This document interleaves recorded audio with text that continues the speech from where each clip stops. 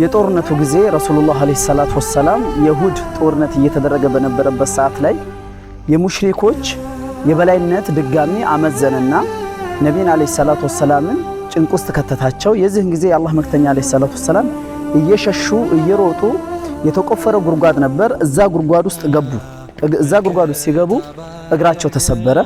ያን ብቻ አይደለም፣ በአንድ ሙጅሪም ሙሽሪክ ሰው መልእክተኛው አለይሂ ሰላቱ ወሰላም ጥርሳቸው ተሰበረ።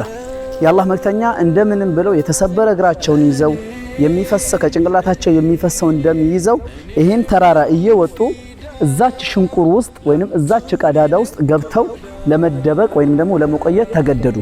የዚህን ጊዜ እዛ ስር በነበሩበት ሰዓት ላይ ልጃቸው ፋጢማ ውሃ እያፈሰሰችላቸው፣ አልዩ ኢብኑ አቡ ጣሊብ ደግሞ ደማቸውን እያጠበላቸው መልእክተኛው ሰለላሁ ዐለይሂ ወሰለም ሕክምና የተደረገላቸው ስፍራ ያቺ ቦታ ናት። አሁንም ድረስ ያቺ ቦታ አለች።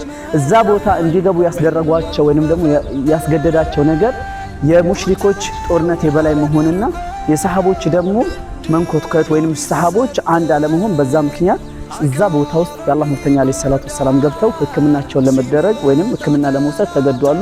ይህ የኡሁድ ጦርነት ብዙ ታሪኮችን የተሸከመ ነው። ይሄ ብቻ አይደለም። ረሱሉ አለይሂ ሰላቱ ወሰላም፣ አቡበከር ሲዲቅ፣ ዑመር ኢብኑ ኸጣብ እዚህ ላይ ሲወጡ ይሄ ተራራ ተንቀጠቀጠ። የአላህ መልእክተኛም ሰለላሁ ዐለይሂ ወሰለም ኡስቡት ያ ኡሁድ አሉት። አንተ ኡሁድ ሆይ እርጋ፣ አትንቀጥቀጥ፣ አድብ። አንተ ላይ የቆመው ረሱል ነው፣ አንተ ላይ የቆመው አቡበከር ነው፣ ሲዲቅ ነው፣ አንተ ላይ ሸሂዶች ነው የቆሙት አሉት። እንዳትንቀጥቀጥ እርጋ ብለው ተራራውን አናገሩት። ይህ ኡሁድ ተራራ የጀነት ተራራ ነው።